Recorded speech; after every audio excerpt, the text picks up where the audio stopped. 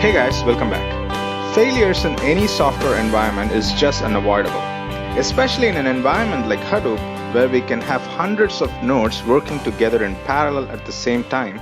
The chances for failures are even more. In the architecture chapter, we looked at some of the architectural related failures and how we can recover from those failures. In this lesson, we are going to see how we can get more information about the error and failures purely in terms of looking at the logs.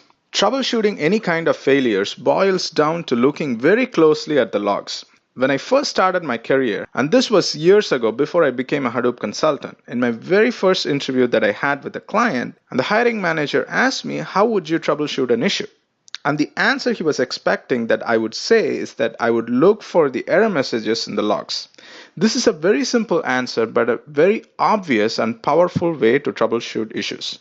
But in a Hadoop infrastructure where we can have a job which executes into 100 tasks parallelly on several nodes, and there is a good chance our task can fail in any of the nodes for any reason, and identifying where it failed and why it failed can be a challenge.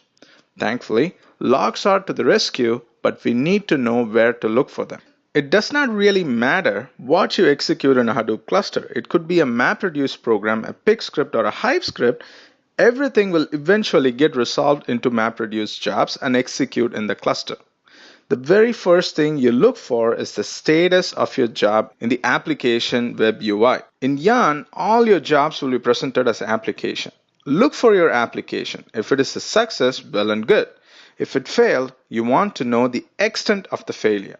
Meaning, was the failure due to one of the tasks or did many tasks fail? Here in the Application Master UI, here we see a couple of applications which actually fail. So let's look at the history to explore this application further. There you go, the status of the application is failed, which we know already. And if you look at the status of map and reduce, we see 4 reducers fail. And there were 0 successful, which means all the reduce executions were failed. So let's click on the reducer to see this in detail. Here you will see the reduce runs, and you will also see some stack traces related to your error, which is very useful. And you can definitely get a lot of information from this stack trace. The important thing to note is all your reduce execution failed, which means there is some problem with your reduce program. And as you can see, when there is a failure in the UI, you will see only few lines from the stack trace. If you would like to see the full log file, you will have to log into the node where this task ran and look at the log file there. The logs are not saved on HDFS, but on the local file system on each node. This is a pain because if many tasks have failed with different errors across many different nodes, we have to go to each and every node to look up the actual error messages. There is a solution to this problem, however, and we'll talk about that in the end of the lesson. We should first know where the tasks fail, which we can find out by looking at the node right here. So for example, this first attempt of your reduce run failed on this particular node. We now need to know the location where the log file is stored in the node. To find the location, we need to look at yarn-site.xml for the log location. So let's go to yarn-site.xml. In the yarn-site.xml, you will find a property named yarn node manager log directories, which will give you the location of the logs. Now remember, this location is actually pointing to your local file system and not HDFS. So let's go to this location. Let's copy this location. And we are in the log directory right now in the local file system. And as you can see, currently at present in our cluster, there is only logs for one application. And also to go to this directory in our Hadoop cluster, you would need admin rights. So you won't be able to go into this location. And when you have several applications running in your cluster, you will see directories for several applications and one for each application. And when you go into the application directory, you will see several directories under your application directory. Each directory here represents a container, and it corresponds to one of the tasks in your MapReduce job. It could be a mapper, it could be a reducer, or it could be even an application master. And when you go into any one of the directories, you'll find 3 files. One is standard out, standard error, and syslog. All your log messages will go into syslog. So it is always a best practice to log as much as you can from your MapReduce jobs. So let's open one of the syslogs file.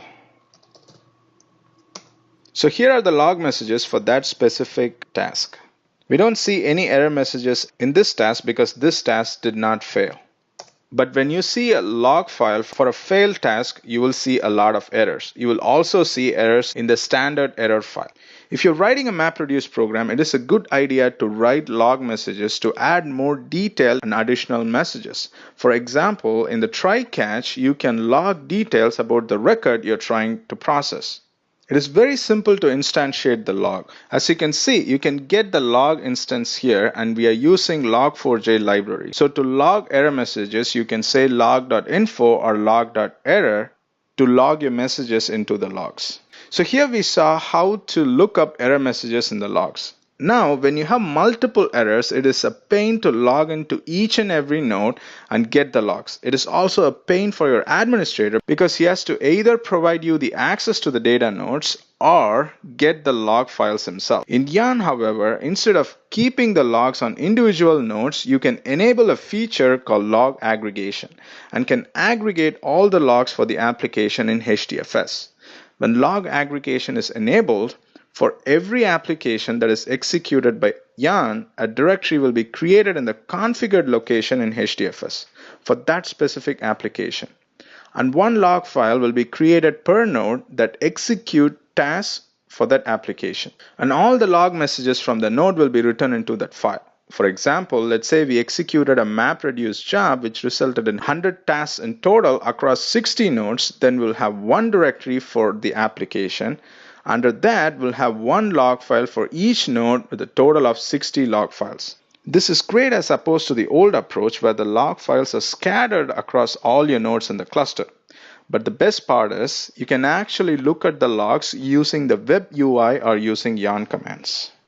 In the web UI, you go to the specific application you're interested in, and if you want to see the logs, just click on the link logs. In our cluster, we have not enabled log aggregation, so we won't see the logs. But this is where you will see the logs when the log aggregation is enabled. And to enable log aggregation, in yarn site.xml, you have to set yarn log aggregation enabled to true. And you can specify the location where the logs should be written with this property right here, yarn node manager remote app log directory. And once log aggregation is enabled, to look up logs for any specific application, you can say yarn logs -application ID and give the application ID. And this will list you the logs for that specific application. And if you want to look up logs for a specific container inside an application, you have to provide the application ID. In addition to that, you will have to provide the container ID and the node address where the container was executed using this command right here. And this will bring you just the logs that was executed on a specific node. So to summarize, logs are essential in troubleshooting process. In this lesson, we looked at where to look for logs. And we also looked at some disadvantages of keeping logs non-aggregated and scattered across the nodes in the cluster. Finally, we looked at log aggregation, its importance, and how to access the aggregated logs using yarn commands and also using the web UI. With that, let's wrap this lesson. See you in the next lesson.